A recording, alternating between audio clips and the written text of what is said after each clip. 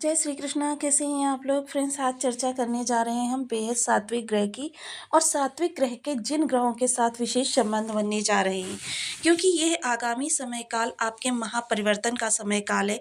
इसे सबसे बड़े उलटफेर के नाम से भी जाना जा सकता है। तो देखिए, यह समय काल जो होगा वो आपके शून्य से शिखर तक का सफ़र करवाने के लिए भी जाना जाएगा, क्योंकि शून्य से शिखर का सफ़र साधारण नहीं होता। अगर इसे कहें तो ये जो महापरिवर्तन होगा सिर्फ 4 दिनों के अंदर आपके 3-3 मेजर प्लैनेट राशि परिवर्तन करने जा रहे हैं और इनके बारे में जानना भी बहुत ज़रूरी है, क्योंकि इनमें से एक सात्विक ग्रह है और 2 पाप प्रभाव ग्रह हैं। 2 पाप प्रभाव ग्रह वहीं देखिए इस दौरान आपके धन भाव को पूर्णतः नियंत्रण में ले रखा है और धन के आने का और धन के जाने का दोनों ही मार्ग इस समय पर इन्हीं मेजर प्लैनेट्स से भरे हुए हैं। तो आने वाला समय आपके लिए किस तरीके से रहने वाला है, क्योंकि जैसा कि हम सभी लोग जानते हैं कि 14 मई को गुरुदेव अपना राशि परिवर्तन करने जा रहे हैं। वहीं 18 मई को राहु और केतु भी अपना राशि परिवर्तन करेंगे। क्रमशः राहु जो है वो आपके कुंभ राशि में आ जाएँगे और केतु जो हैं वो सिंह राशि में आ जाएँगे और गुरु जो होंगे वो आपके मिथुन राशि से गोचर करते हुए दिखाई देंगे। तो देखिए, ये समय काल आपकी निरंतर देखिए सर्वाइव की समस्याएँ तो देखिए चलती ही रहती हैं और व्यक्ति सर्वाइव कर भी लेता है। निजी आम तौर पर अगर देखें तो देखिए रोज़ी-रोटी या फिर दैनिक ज़रूरतों की चीज़ें हर व्यक्ति मुहैया कर लेता है। किंतु अगर आपको सामान्य से निकलकर कुछ विशेष बनना है, तो फिर देखिए आपको ग्रहों की चाल को समझना बहुत ज़रूरी हो जाता है। तो ग्रहों की चाल को समझकर सही समय पर सही कदम के द्वारा आप अपने जीवन को नए कीर्तिमान से संबंधित कर सकते हैं। तो इस पर पूर्णतया चर्चा करेंगे इस वीडियो में। यदि आपके लग्न में यानी कि कुंडली के प्रथम भाव में 4 नंबर बना हुआ है तो ये राशिफल आपके लिए है। यदि कुंडली में कहीं भी चंद्रमा के साथ 4 नंबर बना हो तो ये राशिफल आपके लिए। कुंडली ना होने की स्थिति में आप इसे नाम राशि से भी देख सकते हैं। यदि अभी तक आपने अपने इस चैनल को सब्सक्राइब नहीं किया है तो प्लीज़ सब्सक्राइब कर दीजिए, वीडियो को लाइक कर दीजिए, चैनल को शेयर कर दीजिए। इससे होगा क्या कि हमारे आने वाले हर वीडियो की नोटिफिकेशन मिल सकेगी आपको सबसे पहले। एक प्यारा सा कमेंट करना बिल्कुल ना भूलें। कमेंट से हमें बहुत मोटिवेशन मिलता है, हौसला मिलता है और ये पता चलता है कि आप और क्या जानना चाहते हैं। तो देखिए, इसमें समय सबसे पहले आपके परम सात्विक ग्रह जो हैं द्वादश भाव से गोचर कर रहे हैं। द्वादश भाव एक त्रिक भाव होता है और गुरु का यहाँ पर जाना आपके लिए विशेष स्थितियों का निर्माण करता है। इस समय अगर कहें कि गुरुदेव ने आपके 3-3 त्रिक भाव कवर किए हुए हैं, तो ये अतिशयोक्ति नहीं होगी। वहीं केतु जो आपके धन भाव में बैठे हुए हैं, हालाँकि देखिए हम सभी लोग जानते हैं केतु जो होते हैं परम सात्विक प्लैनेट होते हैं, लेकिन राहु की दृष्टि के कारण ये भी आपके लिए पापवत हो जाते हैं। किंतु देखिए कितना अच्छा हो यदि ये ग्रह भी हमारे शुभत्व में आ जाएँ और हमारे जीवन में चारों ओर से अमृत की ही वर्षा होने लग जाए। तो देखिए ऐसा ही कुछ क्षण निर्मित होने जा रहा है, क्योंकि राहु की पर गुरु की नवम दृष्टि, राहु पर गुरु की नवम दृष्टि जाना और गुरु पर राहु की पंचम दृष्टि जाना नवम पंचम राजयोग का भी निर्माण कर रहा है। इसके अतिरिक्त अगर इस दौरान चर्चा करें तो ये द्वादश भाव जो होता है, यह द्वादश भाव केतु का कारकत्व रखता है। केतु यहाँ के स्वामित्व माने जाते हैं, केतु के साथ इनका लाभ संबंध बन रहा है। वहीं राहु अष्टम भाव में कारक माने जाते हैं, दिग्बली माने जाते हैं। देखिए यह आपका कहा जाता है पाताल लोक। अष्टम भाव जो होता है वो पाताल लोक कहा जाता है और राहु क्या है, पातालवासी हैं और अपने ही घर में बैठे हुए ये आपके लिए स्थितियों का निर्माण कर रहे हैं। अब यहाँ से देखिए जब ये स्थितियाँ आपकी इस तरीके से बनेंगी तो देखिए ज्योतिष का एक सिद्धांत है कि गुरु राहु के प्रभाव में हो या राहु गुरु के प्रभाव में हो, दोनों ही स्थितियाँ राहु को अनुकूल कर देती हैं। तो देखिए आपके राहु इस दौरान, क्योंकि ये ढैया के बाद का समय क्या हुआ कि आपके तुरंत शापित दोष निर्मित हो गया। शापित दोष निर्मित हुआ भाग्य भाव में। अब भाग्य भाव में जब शापित दोष निर्मित हुआ तो आपके लिए स्थितियाँ थोड़ी सी, क्योंकि शापित दोष क्या होता है, आपकी हर चीज़ में विषमता उत्पन्न करता है। शापित नाम से ही इसके ज्ञात होता है कि यह जीवन को उथल-पुथल करने के लिए ही बनता है। दो विपरीत ऊर्जाएँ, हालाँकि अगर इनको लेकिन वो लोग बहुत रेयर होते हैं जो इन दोनों की ऊर्जाओं का समन्वय कर लेते हैं। इसके लिए भी देखिए एक विशेष प्रकार का योग चाहिए होता है जो इस प्रकार की ऊर्जा को अपने अनुकूल कर ले। क्योंकि दो विपरीत ऊर्जाएँ हैं भई, एक बहुत ही स्लो ऊर्जा है और एक बहुत तीव्रगामी ऊर्जा है। इतनी तीव्रगामी कि उसमें अचानक का भान आ जाता है।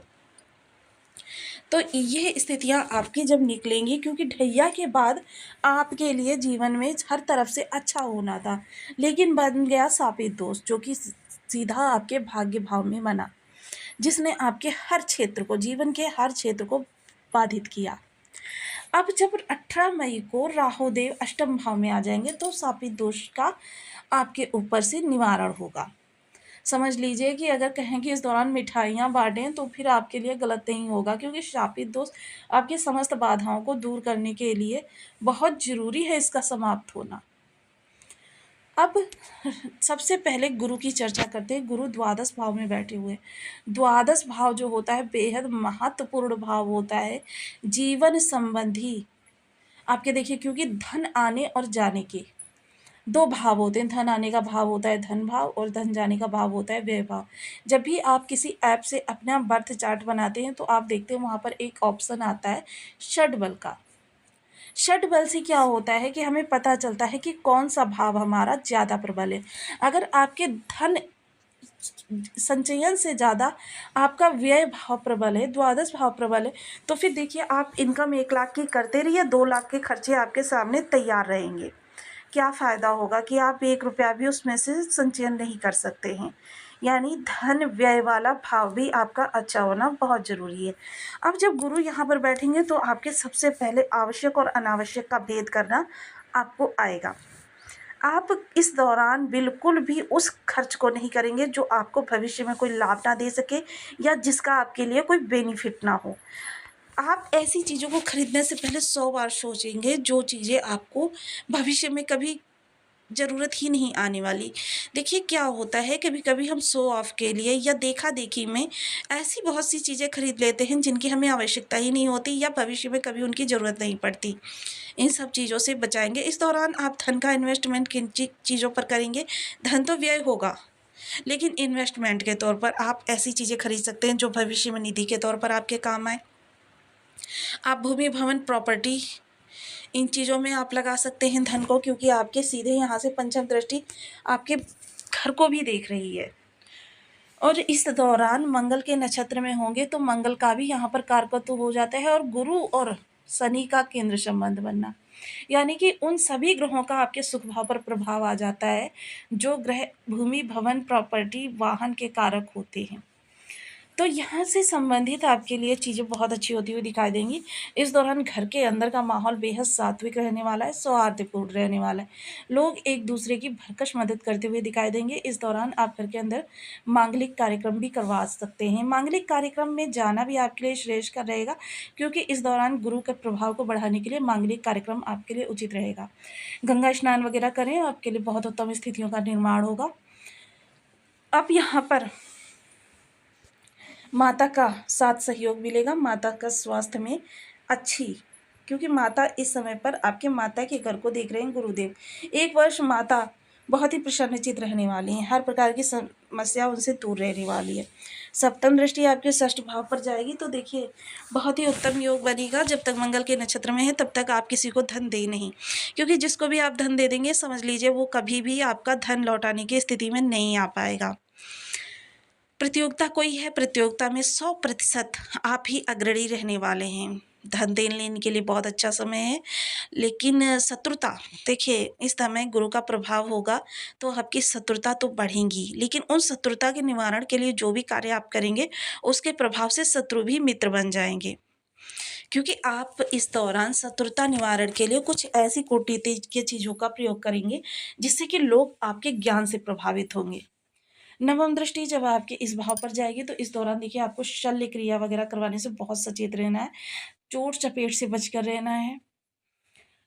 उन लोगों के लिए बहुत अच्छा समय है जो किसी सिद्धि साधना करना चाहते हैं या फिर जो समाधि वगैरह करना चाहते हैं या जो किसी प्रकार से ज्ञान आध्यात्म से जुड़ना चाहते हैं, योग क्रिया करना चाहते हैं, उन लोगों के लिए बहुत अच्छा है। जो ज्योतिष तंत्र मंत्र सीखना चाहते हैं, इनमें करियर बनाना चाहते हैं, उन लोगों के लिए भी अच्छा है। जो किसी प्रकार से रिसर्च फील्ड, इंटेलिजेंस डिपार्टमेंट या कोई भी ऐसा कार्य कि जिसमें आने वाले समय में ये ना पता हो कि आपके साथ क्या हो सकता है, उन सभी के लिए बहुत ही उत्तम योग निकल कर आ रहे हैं। अचानक धन लाभ के योग बनेंगे, क्योंकि राहु अचानक के भाव में बैठकर अचानक वाले प्रभावों में तीव्रता लेकर आएंगे। तो इस दौरान आपके लिए बहुत शुभ स्थितियाँ निर्मित होंगी। अब गुरु के बल को थोड़ा-सा बढ़ाने के लिए प्रयास करना चाहिए, क्योंकि देखिए बहुत से लोगों के बर्थ चार्ट में इनकी स्थिति विषम होगी और बहुत से लोगों के बर्थ चार्ट में इनके पास बल ही नहीं होगा। तो देखिए इसके लिए सबसे पहले ओम ब्रह्म बृहस्पति नमः, इस बीज मंत्र का आप 1 माला, 2 माला, 5 माला, 7 माला, 11 माला का जप नियमित अपनी सुविधानुसार करना प्रारंभ करें। केसर का तिलक मस्तक, कंठ, जिह्वा पर करें। धार्मिक पुस्तकों का शुद्ध स्वाध्याय करें। धर्म स्थान पर नित्य प्रति जाने की आदत डालें। केसर का तिलक मस्तक, कंठ, जिह्वा पर करें। हल्दी मिश्रित जल से केले की जड़, पीपल वृक्ष की जड़ का सिंचन करें। 1.25 किलो चने की दाल को पीले कपड़े में बांधकर उसमें 5 गांठें हल्दी की डालकर प्रत्येक बृहस्पतिवार को धर्म स्थान पर दान करें। बृहस्पतिवार को आप पीले रंग की मीठी चीज का भंडारा भी कर सकते हैं। ये बेसन का हलवा हो सकता है, बेसन की कोई भी मिठाई हो सकती है। आपके लिए बहुत शुभ स्थितियों का निर्माण होगा। सदा सत्य बोलें, नैतिकता पर चलते रहें। हालांकि नैतिकता पर चलना आपके लिए जरूरी भी हो जाता है, क्योंकि ये आपके सबसे योगकारक प्लेनेट होते हैं। सदा हल्के रंग के वस्त्र धारण करें। कभी भी तेज स्वर में बात ना करें। तेज स्वर में बात करने से आपके शुक्र, चंद्र और शनि तीनों के दुष्प्रभाव आपको मिलने प्रारंभ हो जाते हैं। इसलिए जितना संभव हो सके नम्र स्वर में ही बात करें, धीमी आवाज में बात करें। ये आपके लिए शुभ स्थितियों का निर्माण करेगा। अपने स्वभाव में कुछ परिवर्तन लाकर और इनमें से कोई भी उपाय करके आप अपनी गुरु को अपने लिए अनुकूल कर सकते हैं।